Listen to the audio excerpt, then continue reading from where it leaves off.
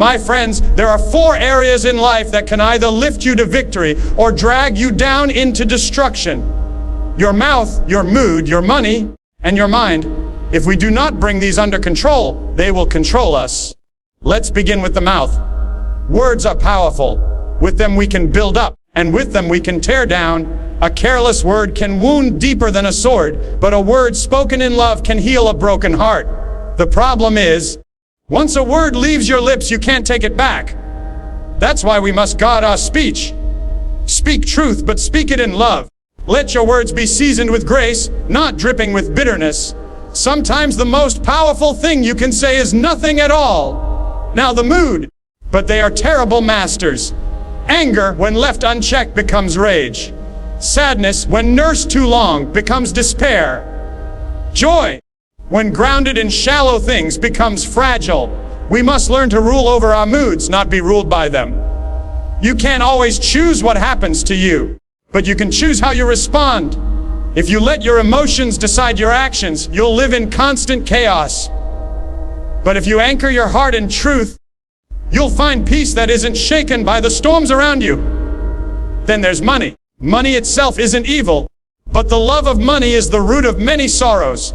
Some live enslaved to greed, never content, always chasing more. Others spend recklessly and wake up one day buried in debt. The key is not how much you have, but how you use what you have. Handle your resources with wisdom. Live within your means. Generous. Remember, money is a tool, not a master. Use it for purposes that outlast you, because you can't take it with you when you leave this world. Finally, the mind. What you allow into your mind will shape the course of your life. Fill your thoughts with resentment, lust, or fear, and they will poison your future. But fill your thoughts with things that are pure, noble, and true, and they will strengthen you. Your mind is a battlefield. Every day, lies and truth fight for dominance there. Choose what you dwell on. You can't stop every thought from entering, but you can decide which ones stay. Control your mouth, and you'll speak life. Control your mood, and you'll walk in peace. Control your money, and you'll live in freedom. Control your mind, and you'll walk in victory. My friends, the one who can master these 4 areas will not be easily shaken. And if you fail, and we all do, don't give up. Get up. Start again. Every day is a new chance to take control of your mouth, your mood, your money, and your mind. Words are like seeds. Every sentence you speak plants something in the hearts of those who hear you. Some seeds grow into flowers that bring beauty and life. Others grow into weeds that choke joy and poison relationships. Once those seeds are planted, you cannot dig them out. They will take root and bear fruit, for good or for bad. That is why it is so important to guard your words. The tongue is small, but it can shape destinies, heal wounds, or ignite fires that destroy entire lives. You may forget the words you spoke in a moment of frustration, but the person who heard them may carry them for years. A careless word can ruin a friendship, break a marriage, or crush a child's spirit. On the other hand, a kind word can lift a weary heart, give hope to the discouraged, and restore someone's faith in life itself. Guarding your words means thinking before you speak. It means pausing to ask yourself, will what I'm about to say help or harm? Will it bring healing or harm? Will it build someone up or tear them down? Too often, we speak in haste. We allow anger to drive our speech, and in those moments, the tongue becomes like a weapon. It lashes out, striking with precision in the very place it will cause most pain. And once those words are spoken, you can't call them back. You may apologize, you may regret, but the echo of those words will still linger in the memory of the person you hurt. But guarding your words is not just about avoiding harsh language. It is also about intentionally speaking life. Your mouth can be a fountain of encouragement. It can be the voice that tells someone, I believe in you, when no one else does. It can be the reminder to a weary soul that they are loved, valuable, and capable of overcoming their struggles. Sometimes all it takes is one sincere sentence to change the course of someone's day, or even their life. Imagine if every word you spoke was measured, not in how clever or sharp it was, but in how much light it brought into the world. Another way to guard your words is to avoid gossip. Gossip may feel harmless, but it is one of the most destructive uses of the tongue. It spreads half-truths and suspicions, planting seeds of division and mistrust. When you speak about someone behind their back, you're not just damaging their reputation, you're damaging your own integrity. The same mouth that tears someone down when they're not present will struggle to speak with authority when they are.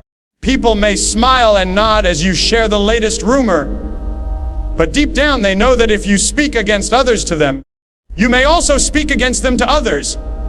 Guarding your words also means knowing when to be silent. There are moments when saying nothing is the wisest choice. Silence can be a shield that protects you from saying something you'll regret. And it can also be a gift to the person who simply needs someone to listen. Too many conversations become battles because both sides are more eager to speak than to hear. When you hold your tongue, you give space for understanding to grow. You allow emotions to settle.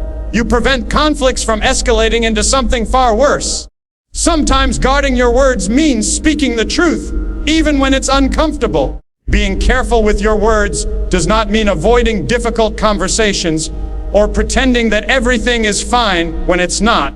It means choosing your words so that even hard truths are spoken with respect and compassion. A rebuke given in love can heal more deeply than flattery spoken in deceit. The goal is not to avoid honesty, but to express it in a way that builds bridges rather than burns them. The words you speak to yourself are just as important as the words you speak to others. Your inner dialogue, the way you talk to yourself in the quiet of your mind, shapes your attitude and your actions. If your self-talk is constantly critical, if you tell yourself that you're not good enough, not strong enough, not strong enough, then you're planting seeds of defeat in your own heart. Speak truth to yourself. Remind yourself of your worth, your purpose, and your ability to grow. Replace self-condemnation with words that align with the reality that you are capable and valuable. One of the greatest challenges in guarding your words is in moments of conflict. When emotions are high, the temptation to speak without thinking becomes almost irresistible. But it is in these moments that self-control over your speech is most important. A soft answer can turn away anger, but a harsh word will stir it up like gasoline thrown onto a flame. If you can learn to pause, take a breath, and choose words that calm rather than inflame, you can turn arguments into opportunities for reconciliation. This takes discipline, and it doesn't come naturally, but over time, it becomes a habit that can save relationships and preserve peace.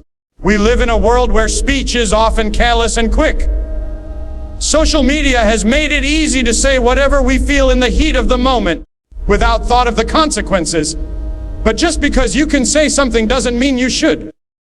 Every post, every comment, every message you send is a reflection of your heart. Words spoken online can wound just as deeply as words spoken face to face, and sometimes they spread even further and last even longer.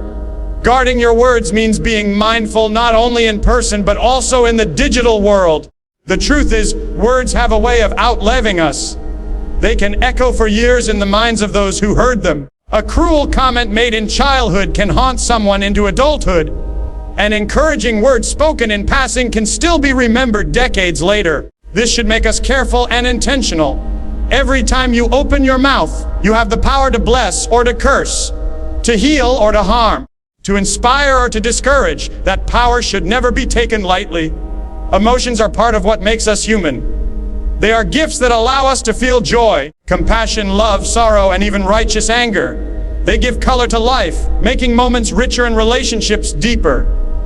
But while emotions are valuable, they can also be dangerous when they are allowed to take control. Left unchecked, emotions can drive us into decisions we later regret, words we cannot take back, and actions that leave long-lasting damage. To live with wisdom, we must learn to rule over our emotions, not be ruled by them. Anger is one of the most powerful emotions. It can be a force for good when it moves us to confront injustice or defend the vulnerable. But when anger is allowed to boil without control, it turns into rage that blinds reason and poisons relationships. In the heat of the moment, people often say or do things they would never consider in a calm state. A sharp insult, a slammed door, a rash decision. These are the footprints of uncontrolled anger. Ruling over anger does not mean suppressing it until it explodes. It means recognizing it early, understanding its source, and responding with restraint. Sometimes the most powerful thing you can do in anger is pause. Give yourself a moment to breathe, to think, and to choose words that bring resolution rather than destruction. Sadness, too, can overwhelm the heart. Life is filled with loss and disappointment, and it is natural to grieve. Sadness can be a healthy process, a way of honoring what has been lost and giving the heart space to heal. But when sadness is fed by constant dwelling on the negative, it can deepen into despair. It becomes a heavy chain and drags you down and makes even simple tasks feel impossible. Ruling over sadness means allowing yourself to feel it, but not letting it define you. It means looking for reasons to hope, even in the darkest moments. It's choosing to see beyond the current storm, knowing that seasons change and light will come again. Fear is another emotion that can easily take the driver's seat if left unchecked. Fear has a way of magnifying possibilities for failure while shrinking the courage to try. It can keep you from taking steps that lead to growth and fulfillment. Some fears are based on real dangers and must be respected, but many fears are shadows, illusions that seem bigger than they are. Ruling over fear means acknowledging the risks, but not letting them paralyze you. It means deciding to move forward despite uncertainty, trusting that you will have the strength to face whatever comes. Then there is joy, an emotion most people desire, but often misunderstand. Joy is deeper than temporary happiness. It is not based solely on circumstances. True joy can remain even in hardship when it is rooted in gratitude and hope. Yet, even joy must be ruled over, because there is a difference between genuine joy and reckless elation. Some people chase pleasure without boundaries, mistaking it for joy. This pursuit can lead to impulsive decisions that bring regret later. Ruling over joy means enjoying life fully but with wisdom, knowing when to celebrate and when to be cautious. Self-control over emotions is not about becoming cold or detached. It is about balance. Emotions are like waves, beautiful and powerful. But if you do not learn to navigate them, they can pull you under. This requires awareness. Pay attention to what you feel and why you feel it. Ask yourself whether the emotion you are experiencing is helping you move forward or pulling you backward. Sometimes simply naming the emotion can weaken its grip.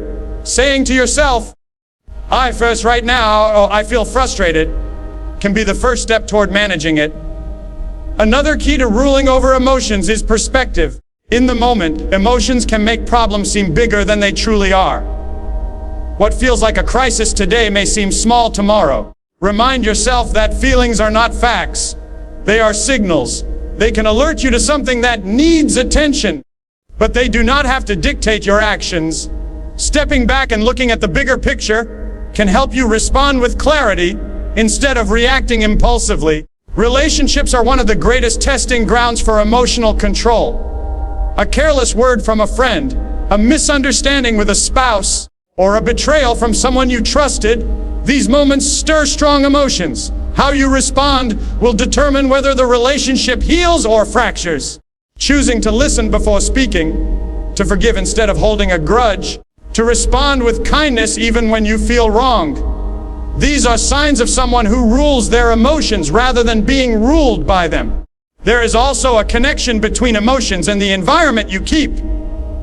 Surround yourself with constant negativity, and it will be harder to maintain peace. Surround yourself with people who encourage, inspire, and challenge you to grow, and your emotions will be steadier. Guard what you consume through conversations, media, and entertainment, because what enters your mind often stirs your emotions. Practicing gratitude is one of the most effective ways to bring emotions under control. Gratitude shifts your focus from what's wrong to what's right, from what's missing to what's present. It calms anxiety, lightens sadness, and softens anger.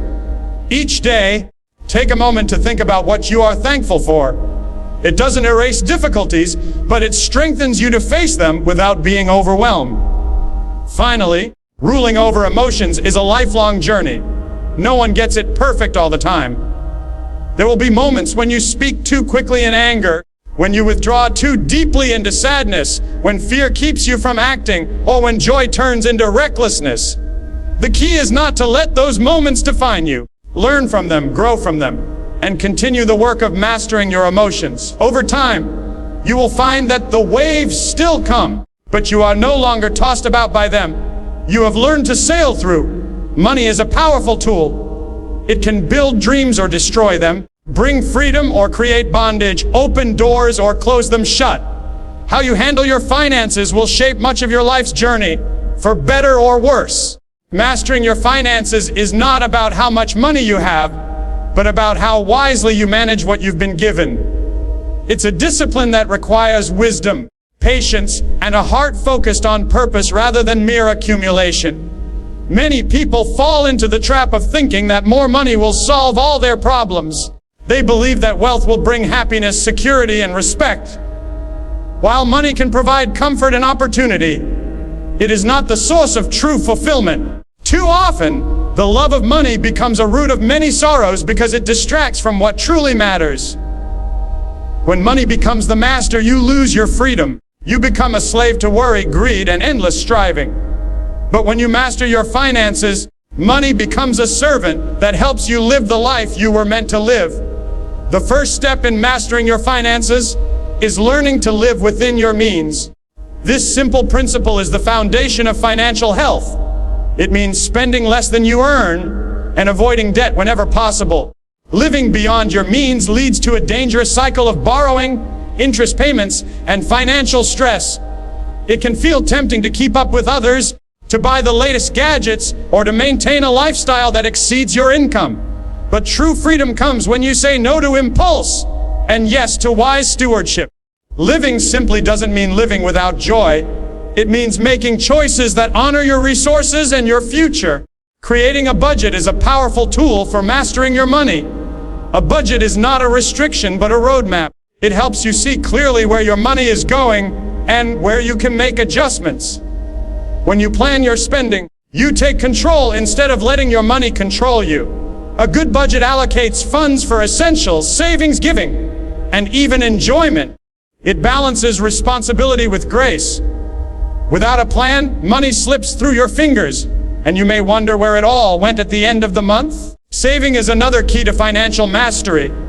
It's tempting to think only of immediate needs or desires, but saving builds a cushion for emergencies and future goals. Life is unpredictable. Medical bills, job loss, or urgent repairs can come when least expected. Having savings reduces stress and prevents you from falling into debt when trouble arises. Moreover, saving allows you to invest in your dreams, whether it's buying a home, starting a business, or funding education. Start small if you must, but start today. Over time, even modest savings grow into significant resources. Debt is one of the greatest obstacles to mastering your finances. While some debt can be strategic, like a mortgage or education loan, much debt is a trap that steals your freedom. High-interest credit cards, payday loans, and borrowing to cover everyday expenses only add weight to your financial burdens. If you carry debt, make a plan to pay it off as quickly as possible. Avoid accumulating more. The peace that comes from being debt-free is worth more than any temporary pleasure that spending on credit might bring. Generosity is a principle often overlooked in conversations about money, but it is essential to true financial mastery. Giving reminds us that money is not just for ourselves, but is a resource to bless others and support causes bigger than us. Whether it is giving to family in need, supporting your community, or contributing to charity, generosity cultivates a heart of gratitude and breaks the chains of greed. It shifts the focus from scarcity to abundance and brings joy that no amount of spending can match. Wisdom is needed in every financial decision. Don't rush into investments or purchases without understanding the risks and benefits. Seek advice when necessary and educate yourself about managing money. The world is full of schemes that promise quick riches but lead to loss and regret. Patience and discernment are better guides than haste and impulse. Remember, building financial health is a marathon, not a sprint. Mastering your finances also means planning for the future. Retirement, education, and unforeseen expenses require foresight. Starting early, even with small amounts, can make a huge difference because of the power of compounding. Don't postpone planning because it feels overwhelming. Take one step today. Set up a savings account. Contribute a little to a retirement fund, or talk with a financial advisor. The choices you make now will shape your comfort and security down the road. Financial mastery requires discipline. There will be times when you want to indulge or make a purchase that isn't wise. It takes strength to say no to instant gratification for the sake of long-term goals. But the freedom that comes from self-control is priceless. It allows you to walk confidently, knowing your future is not at the mercy of reckless spending or financial chaos. Remember, money is a tool, not a goal. It should serve your life's purpose, not define it. When you master your finances, you gain more than wealth. You gain peace of mind, the ability to help others, and the freedom to pursue what truly matters.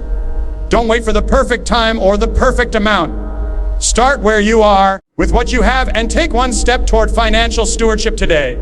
Over time, these small, wise choices will add up to a life of abundance, not just in money, but in freedom, joy, and purpose. The mind is a powerful place, a sacred space where every thought takes root and grows into the reality we experience. What you allow into your mind will shape not only your day, but your life's direction. Thoughts have a way of influencing your feelings, your decisions, and ultimately your character. Protecting your thoughts is not just a good idea. It is essential to living a life of purpose, peace, and victory. If you fail to guard what you think about, you risk planting seeds of doubt, fear, and negativity that will grow and take over your heart and actions. The first step in protecting your thoughts is awareness. Notice what occupies your mind during the day. Is it worry about the future? Regret over the past? Resentment towards someone who hurt you? Or perhaps fantasies that distract you from your true calling? Too often, we let our minds wander without restraint, allowing harmful thoughts to settle and multiply.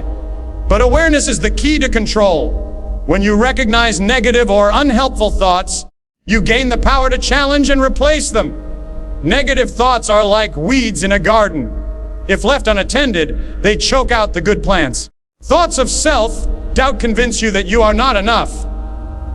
Thoughts of bitterness keep you trapped in anger and prevent healing. Thoughts of fear paralyze you and keep you from stepping into your purpose. These toxic thoughts may come from past experiences, from the words of others, or even from your own imagination. But whatever their source, you must refuse to let them have dominion over your mind.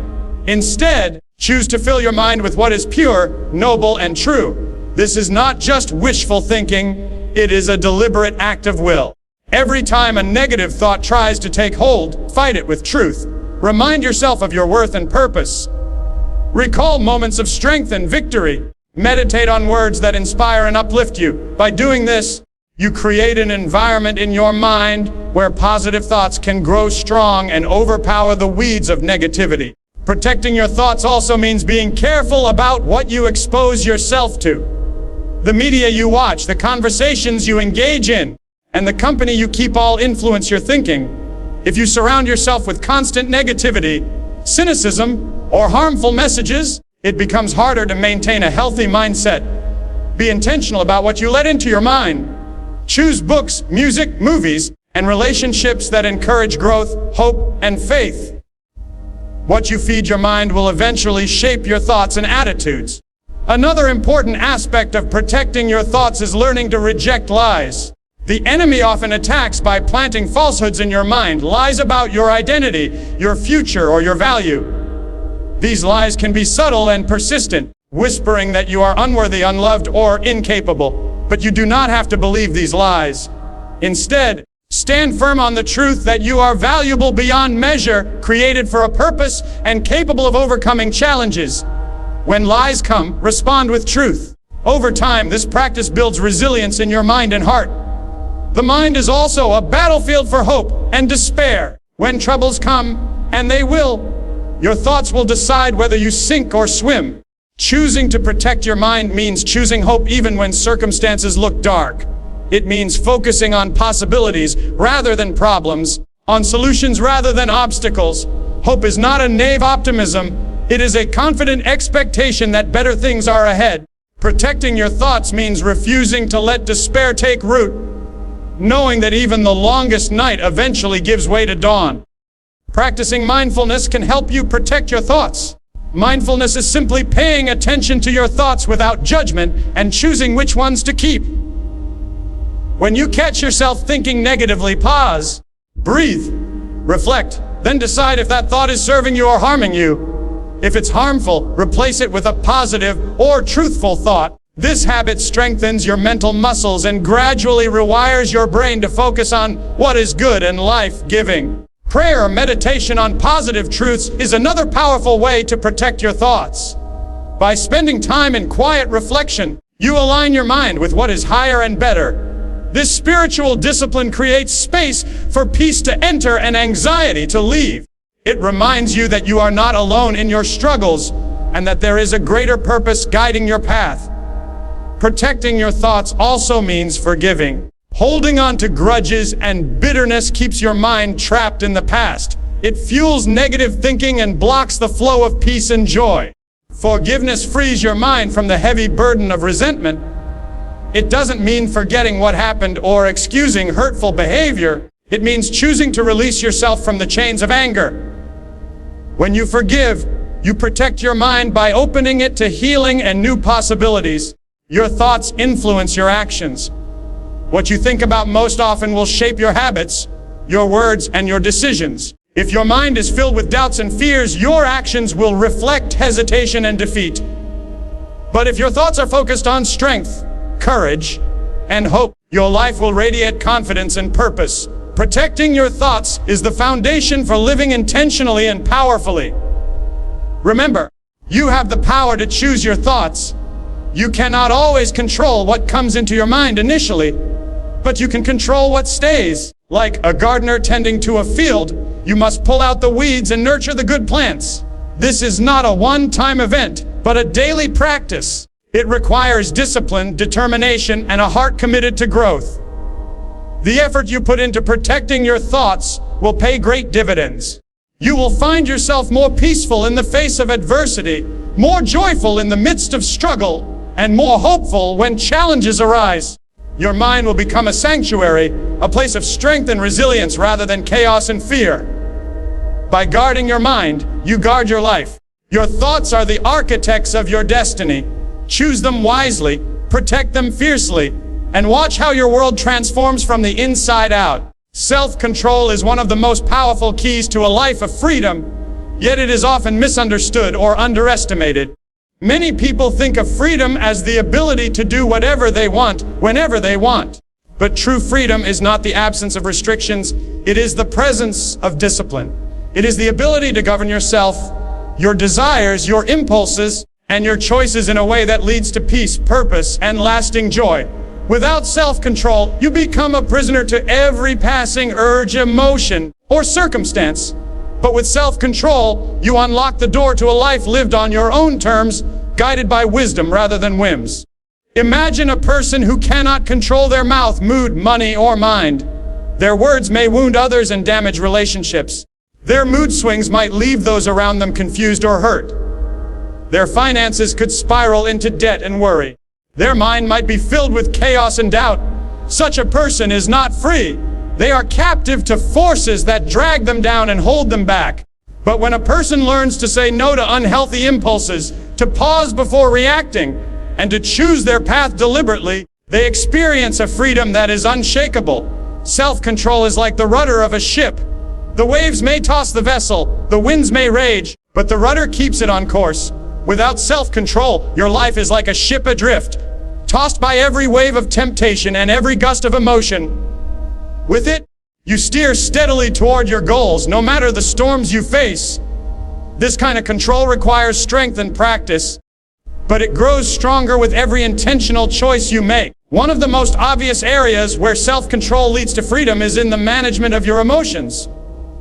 When anger arises, self-control helps you respond thoughtfully rather than react impulsively.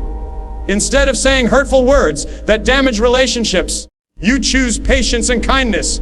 Instead of letting anxiety overwhelm you, you calm your mind and seek solutions. This emotional regulation frees you from the cycle of regret and broken connections.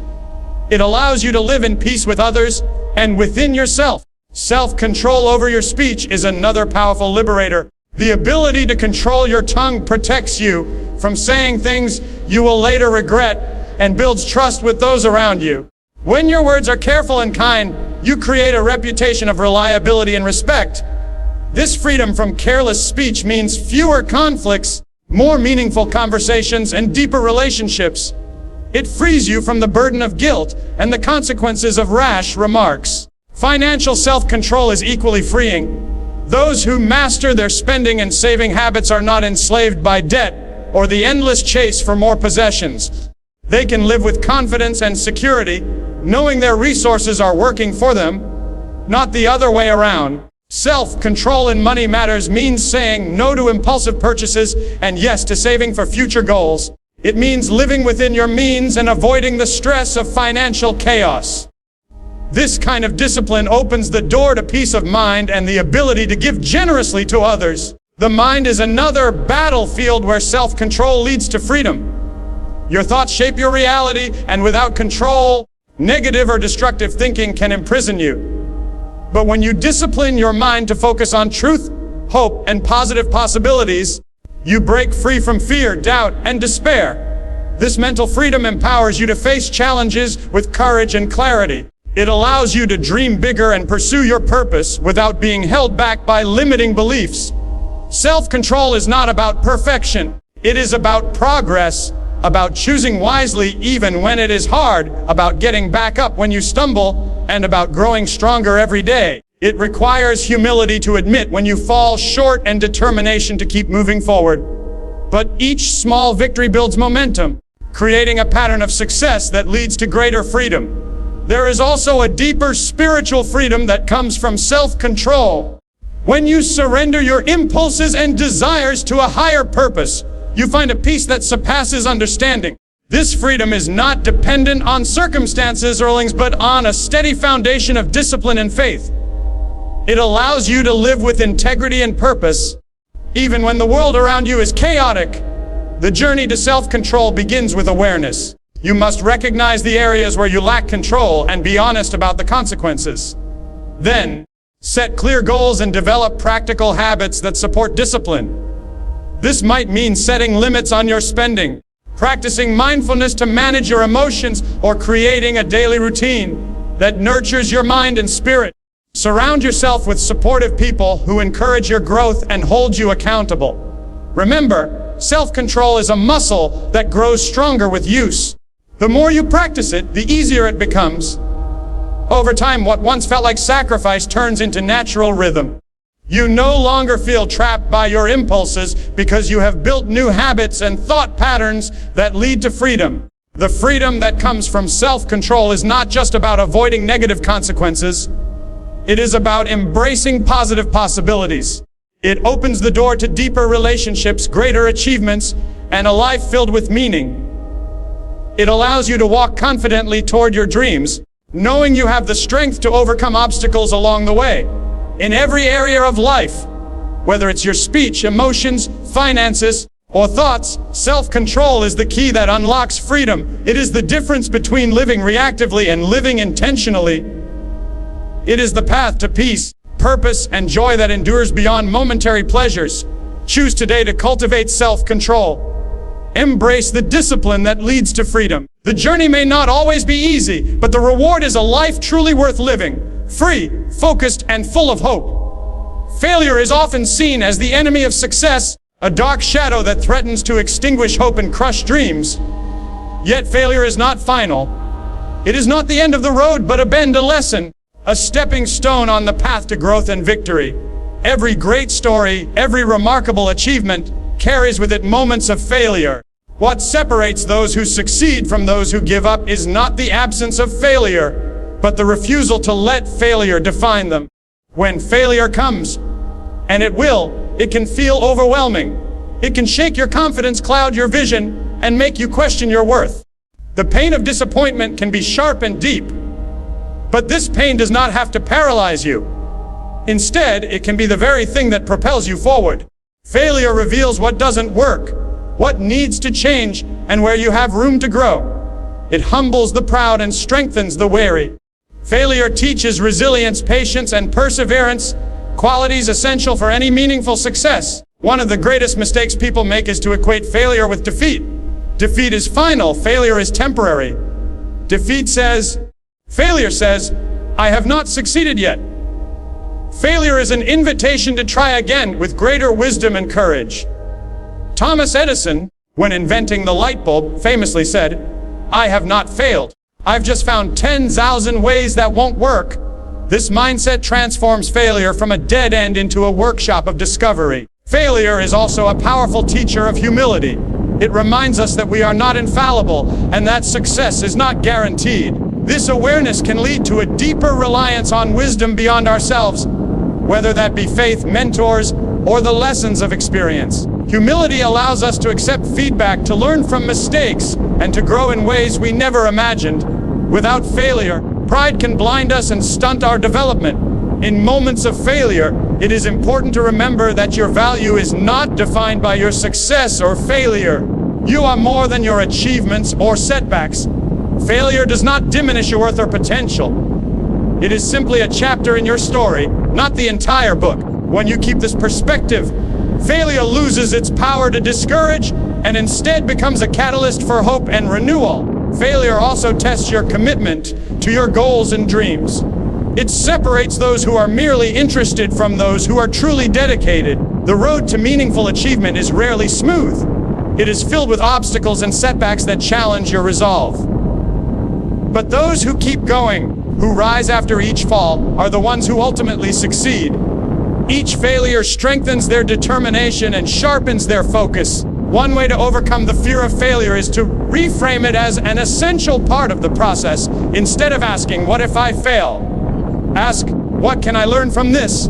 This shift in mindset turns failure into feedback, providing valuable information that guides your next steps. It encourages experimentation and innovation because it removes the stigma of making mistakes.